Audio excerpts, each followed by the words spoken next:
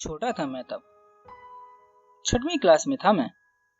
अपने टीचर्स और क्लासमेट्स की नजरों में एक होनहार स्टूडेंट था मैं। और होता भी क्यों ना, जब से होश संभाला तो हमेशा क्लास में फर्स्ट जो आता था, और मॉनिटर भी मैं ही था क्लास का। क्लास के एक एक लड़के का पता होता था मुझे। क्या, अरे रोल नंबर, अटेंडेंस जो मैं ही लेता था। खैर, अब आप ये ना सोचने लगो कि मैं एक महज किताबी कीड़ा था, तो बता दूं कि पढ़ाई के साथ साथ मुझे सिंगिंग, डांसिंग और ड्रामा में पार्ट लेना बहुत पसंद था। मैं हमेशा अपने आप को स्टेज पर रिप्रेजेंट करने के लिए तैयार रखता था।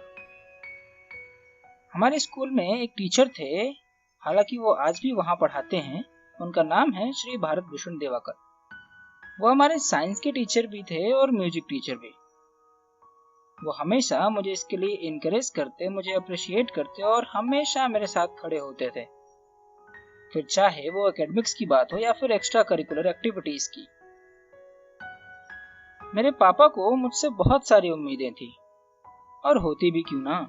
हर साल क्लास में फर्स्ट आके मैं ही तो वो काम करता था, उनकी उम्मीदें बढ़ाने का। लेकिन उस साल कुछ ऐसा हुआ जिससे उनकी उम्मीदों को थोड़ा झटका लगा। वैसे तो एक स्टूडेंट की लाइफ में ये एक आम बात है, लेकिन मेरे पापा को उस दिन बहुत बुरा लगा जब प्राइज डिस्ट्रीब्यूशन के टाइम उन्हें ये पता चला कि इस बार मैं क्लास में फर्स्ट नहीं सेकंड आया हूँ। तो स्टेज पे जब मेरा नाम अनाउंस हुआ तो थोड़ी देर के लिए उनके चेहरे पर खामोशी छा गई। उनके चेहरे पे जो उम्मीद की खुशी थी वो कहीं गायब हो गई थी। उन्होंने अपनी सवाल भरी नजरों से मुझसे नजरें मिलाने की कोशिश की, लेकिन मेरी नजरें उनका सामना नहीं कर पाई। स्टेज पे जाके हमने प्राइज कलेक्ट किया और प्राइज लेके जैसे ही हम स्टेज से नीचे उतरे, पापा की नजरें सर को ढूंढने लगी। वही हमारे म्यूजिक टीचर। थोड़ी देर ढूंढा तो बैक स्टेज पे वो हमें मिल ही गए। पापा ने कसकर मेरा हाथ पकड़ा और वो तब तक नहीं छोड़ा जब तक हम सर के सामने जाकर खड़े नहीं हो गए। और वहां पर पहुंचते ही पापा बोल पड़े, भूषण जी, आज के बाद मेरा बेटा किसी कल्चरल प्रोग्राम में पार्टिसिपेट नहीं करेगा। आपने कहा था इसकी पढ़ाई पर कोई असर नहीं होगा, लेकिन देखा आपने, रिजल्ट आपके सामने है।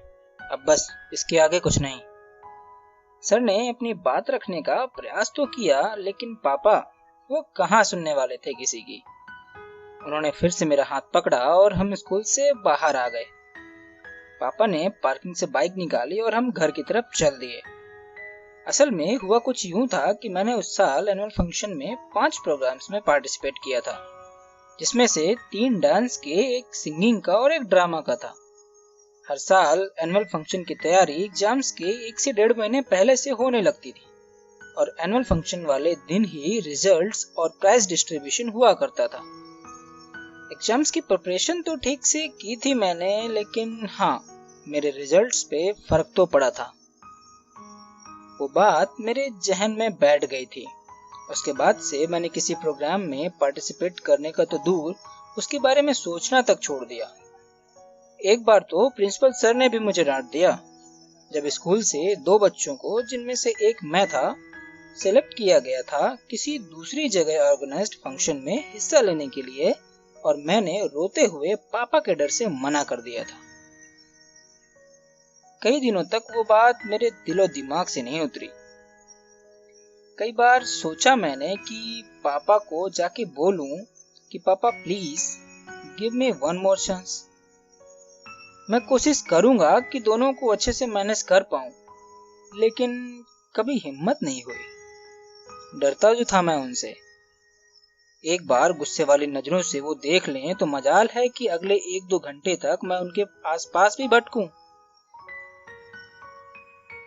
आज जब सोचता हूं उस बारे में तो लगता है कि काश एक बार हिम्मत करके मैंने उनसे बोला तो होता। क्या पता, शायद वो मुझे समझ पाते, और वो अधूरी ख्वाहिश जो आज भी मेरे दिल के किसी कोने में महफूज है, क्या पता शायद वो आज अधूरी ना होती।